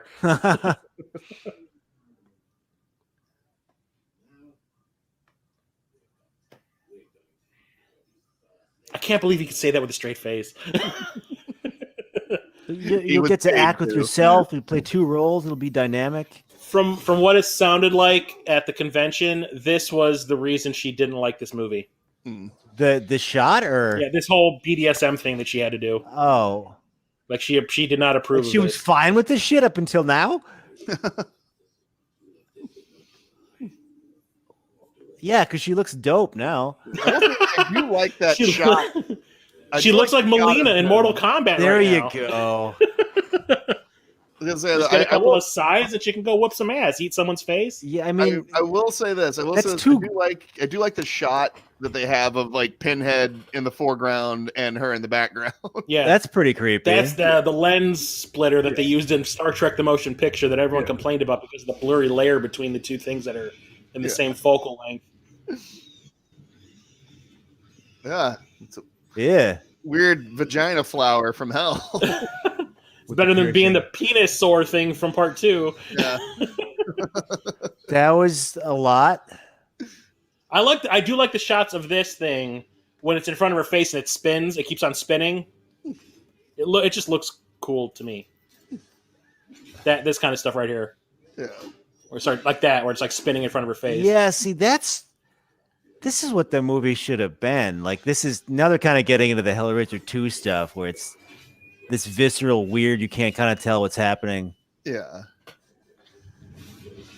But the thing is, they needed to set up the rules better in this. They need to set up the rules. I mean, because now he gave her like $3,000 worth of BDSM gear for free. That shit's expensive. And then he just took it away. Well, it's just like, okay, like... Ooh! Yeah, I know, right? Morphing! Now it's become From Beyond all of a sudden. Yeah. It makes me laugh. Like, there's better morphing in the Michael Jackson black or white video. Absolutely.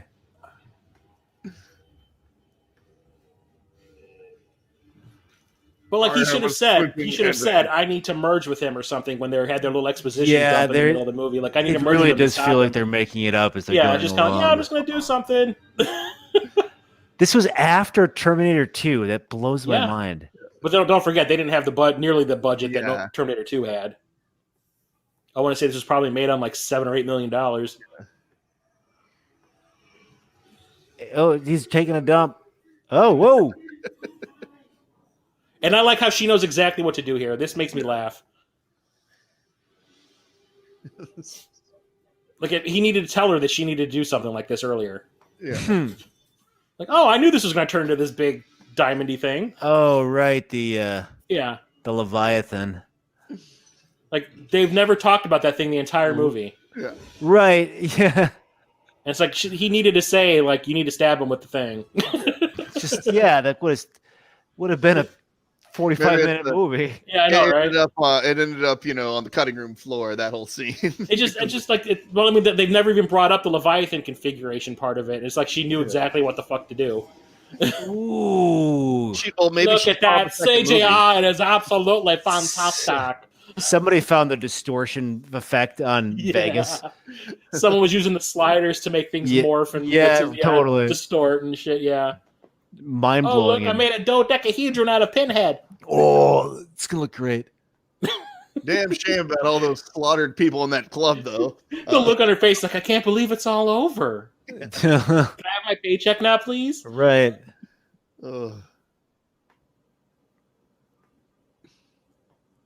Although I did like one of the only things I liked about Bloodline was that they followed up on this. Oh, because they had the building, yeah. And like I know the thing that made me laugh was I saw Bloodline opening night in the theater also, and the scene where Angelique goes to the building where this ends up, that ends up being on this property right here, and like punches open a pillar in the basement and pulls the box out. Everyone goes, "What the fuck? Where did that come from?" Like if you saw the third movie, you'd know. Oof. It's part of the building. You knew where it was hidden in the building. Okay. I'm bothered that Terry Farrell put her hand in the cement so deeply. Like, turn that off. Oh, look, modern art. Modern satanistic art. Yeah. Why were they both in that same thing at the same time? Oh, see. Cliffhanger. Kind of cool. Like, where's that story? I suppose it's the fourth one. Well, but... It's that's like a 15-minute segment of the fourth movie. And here's that Motorhead song. Yeah. Well, that was Hellraiser 3, I guess. Like it. CD the DJ. Oof. Oh man. It's just like, where's the movie? Like I don't know, man. Like it's like the Chinese food Hellraiser entry. You forget about it. Yeah. Oh, that's 15 such a minutes good later. call. Like I'm ready for Hellraiser to start. You know what I'm saying? Like that was a good appetizer. Now Things let's are starting to get interesting. Now then we got to sit through Bloodline to see that payoff. the first Hellraiser, like That's one of my favorites. it's not that long and it's pretty light on plot, but it's amazing. It's really well made for something that was made on such a tiny little budget. And so why does that shine? And this is just in one ear and out the other. Like I couldn't. It had heart. Well, it's like the more money they had, like the more creative they tried to be with it, and it just became more forgettable. Well, it's kind of like the Ghostbusters 2 thing, where they eventually like as you were saying, like you look at the first Ghostbusters, it's like like they're there's a great story, it had a nice balance, but then with the second Ghostbusters, basically, what do we do? The special effects. The special effects people get a hold of the script and like, oh, we can add something here. Ooh, we can add something here. So it's right. like this, like where it's like, ooh, we gotta do some effect here, And they figured out that people had gravitated toward this Pinhead character. And, so, oh, you guys like Pinhead? Okay, more Pinhead. Blah, blah, blah. Yeah. And they wanted him to be Freddy so bad. That's the thing, is I think this is like where they started to turn him into Freddy, and they try to have him have like these weird catchphrases. Yeah. And stuff, and it just, I mean, I don't think Pinhead was designed to be like that. I mean, No, you watch the first movie, he's in maybe 3 minutes of that movie. Totally. And it's But the thing organic. is, you remember him in that movie because, like, they made him creepy. They made him interesting. I mean, even though he barely said anything character related wise, but he was just, it was the way that he was played, and like the little bits of information you got made him interesting and cool. It was Boba Fett. Like prior to the except he didn't get eaten by a giant sand vagina. Well, right, but I mean, that's what made Boba Fett cool initially when there were just 3 movies. You don't know anything about this guy. Darth Vader turns to him and says, "No disintegrations." And he's you like, go, "Oh shit, that guy must be dope." Yeah. And then Lucasfilm goes, "Oh, you guys like Boba Fett? Okay, now he's every stormtrooper." What? Yeah. Like it's just stupid. So like they didn't know why I think Hellraiser worked, and like you said,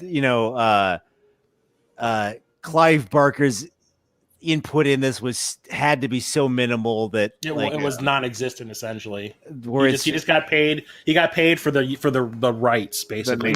Yeah. Soup dragons. Anyway. Oh yeah, they KMFDM. Ooh la la. That wasn't that. Oh, Armored Saint actually exists. Okay. I thought they 10-inch men. That's before 9 Inch Nails. Yeah, they 9 Inch Nails used to open for 10-inch men, and then House of Lords of Illusions. Oh, Tin Machine was on this. House of Lords of Acid. There you go.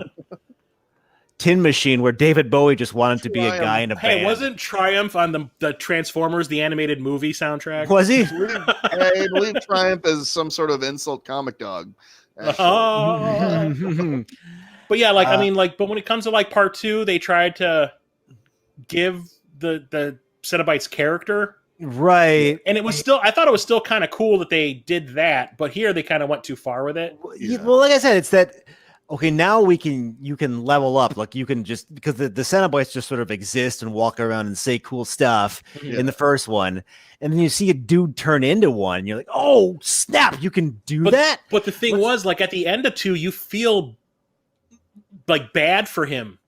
Almost, because you're like, this wasn't really fair what happened to him. I mean, he's got power, but now he's got a giant penis on his head for the rest of his quote unquote life. But even like at the end, like when Pinhead turns back into Elliot and he kind of like glances at Kirsten, he's like, I got it. you know, because he's mentioning about the bad guy, you know. Right. But I mean, like you feel for him then, but here he's just kind of like, I am a comic book supervillain. Right. Well, And they kind of ruined Pinhead. Yeah. I mean, one and two are the only ones that I consider like real Hellraiser movies, I guess. Well, yeah. I mean, he's this sort of non-judgmental sort of and like agent of fate kind of. Yeah. Right. You know, like, oh, you chose this path, so it's my duty. We're here to exact it, you know. We're here to collect, you know, and that's like that aspect of him. Here he's just kind of like, I'm gonna talk your motherfucking ear off. Yeah. We could be running away. Right. You're just gonna stand here and listen to me every single time. You don't necessarily think of him like, or well, the Cenobites in general in the first two movies as evil. Like they're they're just there. Frank. Like Frank is evil. They're like a force. Yeah. That's the encore. Frank is the real villain of the first movie. Exactly. Yeah.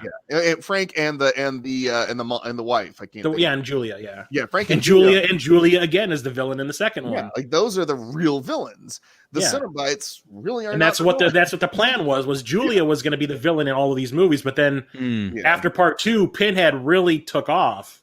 Yeah. Well, and he was on the cover of both of the movie posters. Yeah, I know, because that's the more interesting image. If you put Julia on the cover, people can be like, "Whatever is that? What's that thing?" But you know, like, why is there a skinless guy with the pins in his face? Oh, whatevs.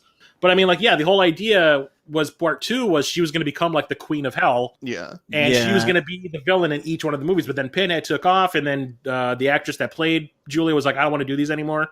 After the second one, you know, she's like, "I'm a theater person. I don't want to be covered in like a blood suit for every movie." Right. I'm going to show up randomly in Ready Player One 30 years later. Yeah, I know, right? Really? And she's also in the Golden Compass. Yeah. I don't recognize her with her skin on. Maybe that's I know, right? Totally. And she is also like, let me just say that the years have not been kind. Yeah. Unfortunately, she did not age very well. Like, she's basically unrecognizable. Well, as opposed to Terry Farrell, who just stopped at 28 or whatever she is. She looks the same. She looks the same. Yeah. And I've seen her in person. Holy shit. She looks like she was carved from the Rock of Gibraltar. Well, or the Pillar of Souls. Oh shit. Maybe she got some of that Pinhead juice. Yeah, they get real bad. With the possible exception of I think it's 7, which is Deader. That's the only one that I thought was decent.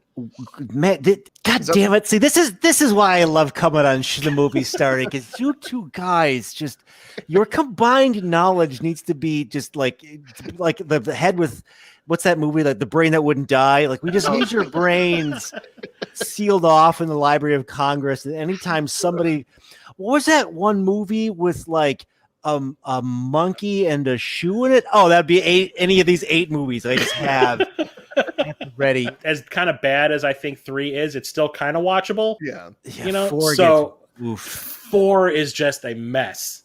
After part 3, I think the whole series is just kind of a wash. I had to go, and you probably know this off the top of your head, but for the audience, there's 4 features prominently the maker of the box, and they get into the whole history of that, and they feature that dude in, like, so much, and I'm like, the movie's like about this one actor I haven't seen in anything else. I'm like, he was in Alive, but that was about it. Done other shit, and he's the goddamn demon devil in Babylon 5 Lost Tales. I was like, God damn, is that appropriate? Like, you ruined Babylon 5 and Hellraiser. That's this guy's shtick. I think Weinstein ruined Hellraiser. Well, he ruined a lot of things. Yeah. Lives mostly. Lives. Yes. But like when it comes to 4, like Kevin Yager, who was like a makeup effects artist for years, he designed Freddy Krueger's original makeup and all that. Yeah, it was his directorial debut, and he had this like huge vision for what part 4. He wanted to be like this epic thing, and he filmed like a 2.5-hour version of it. And then Harvey Scissorhands saw it and was just kind of like, no one's gonna want to sit through a 2.5-hour Hellraiser movie. Make it 88 minutes. And he basically cut all the plot out. So it's just like this. bad. It's this super fast-paced movie that makes no fucking sense. Nothing connects to itself. Good makeup, but I guess Yeah, that's about it. now. Yeah. I mean, but it's the one that coined that whole bullshit. Like, where do you go? Where's a horror franchise go to die? You go to outer space. Yeah. Oh, is that okay? That's where it started, was because of Hellraiser 4. If any club I grew up in and some dude looking like Pinhead just like showed up, the reaction would be like, "Sup?" Like no one would freak out. Be like, wow, man, that guy took a long time to get ready. That's why I said, why did everyone react the way that they did in the club when Pinhead walked in the door? They should have been like, "Oh, cool, right? Yeah, all right." Is this an exhibition? Yeah. Oh, yeah. I didn't know. You didn't tell us that there was like a piercing seminar. Yeah, that's what I mean. Oh, I love art installations. Yeah, body art, awesome. Yeah, they set up a piercing booth at the night. All right. Pinhead's piercings. They think like it's Lady Gaga or somebody showing up. It's interesting that we're talking about it because that movie was so bad. It wasn't even a movie. It was like a collection of scenes that ends. Like, I love your Chinese food comment because it just feels like, all right, so that was a cool trailer. It was a cool prologue to something cool that's going to happen. But the core cool thing never happens. So enticing that like this generation, this just. People have made these Hellraiser movies like their lives, like a lot of, bands and all the imagery and action figures and stuff that came out of it. I used to have every single one of those Nika action figures. The audience wouldn't let it be bad, in a kind of an interesting way. Like for something like Chopping Mall, like the idea is dumb and the movie's dumb and like you watch but it. It's fun. But it's fun. This is almost the opposite. Yeah. Like it's not everything about it is horrible. But you want more after it's done. Well, that's the thing. Is like I always said back in the day, if Bloodline had not been tampered with, I think Hellraiser 3 might look a little bit better because the way it leads into it, instead of like part 1 and 2 kind of were like their own little contained 2-part story, and maybe like 3 and 4 would have been like a 2-part contained story, but they fucked it up. The funny thing is, I'm talking like 1, 2, and 3 are like the only ones that kind of feel like they're decent. Yeah, I bought a box set of Hellraiser movies. And it's called the Hellraiser Trilogy, and the only movies that are in it are 1, 2, and 3. They left off Bloodline. They left off all the other shit. Yeah. And it's like the only ones that you need to watch are 1, 2, and 3. Thanks for coming again. Again. I will be on call. In fact, all you got to do is just. So literally, you're going to be kind of like what Al Roker was to the old Conan show. Like, oh, our guest canceled. Hey, Brian said he'll do that. Yeah, just take the box, summon it. It's really Season easy. 5 Apparently, Brian the whole time. Yeah, I'll the show unofficial up. third person from the movie starting. Yeah, well, yeah. I'll tear some gashes in my shirt. It'll be the Order of the Gothsicles, and I want to see that. Yeah, I want to see that on an album cover. We'll be watching, American Ninja 4, and then to show you. Yes, I'll just say like, there's a sound of razors through flesh and birds screaming in hell. Okay, whatever you say, Brian. Anyway, back to the talk here. It has been once again, much like the victims of Hellraiser, a mixture of pleasure and pain, indistinguishable to be asked back to your wonderful show. Looking forward to hearing all the episodes going down the pipe there. And let's hope next year brings everybody, not hell on earth, that we actually come through this. We'll make it out of this MC Escher hell painting, and someday. We don't even have to put on our dead stepmother's skin. Yeah. Always a pleasure. Thank you for choosing this film for us. No problem. Hell yeah. And for those of you listening, thanks for joining us again. And remember, we're still sort of in the middle of the holiday season. Their Valentine's Day is going to be coming up here pretty soon. So, what better way than give someone the gift of a free podcast, so especially one that has demon worship in it. Yes. So please, if you like what we do here, remember to like, subscribe, and of course chair? Yeah. Okay. Cast this podcast in like bronze and put it into a statue, and then someone can like somehow extract that bronze piece of the podcast from the statue and open it, and then you guys jump out. Except instead of hooks, you just like show them, Random Nuki movie or trivia. something. Yeah. God. Except you don't have to feed it blood. Yes. Well, Like I the will- walls open up and like lasers shoot out, and it's you guys just walking through, going like, "That's actually Sandra Bernhardt's brother." Shit, gasoline!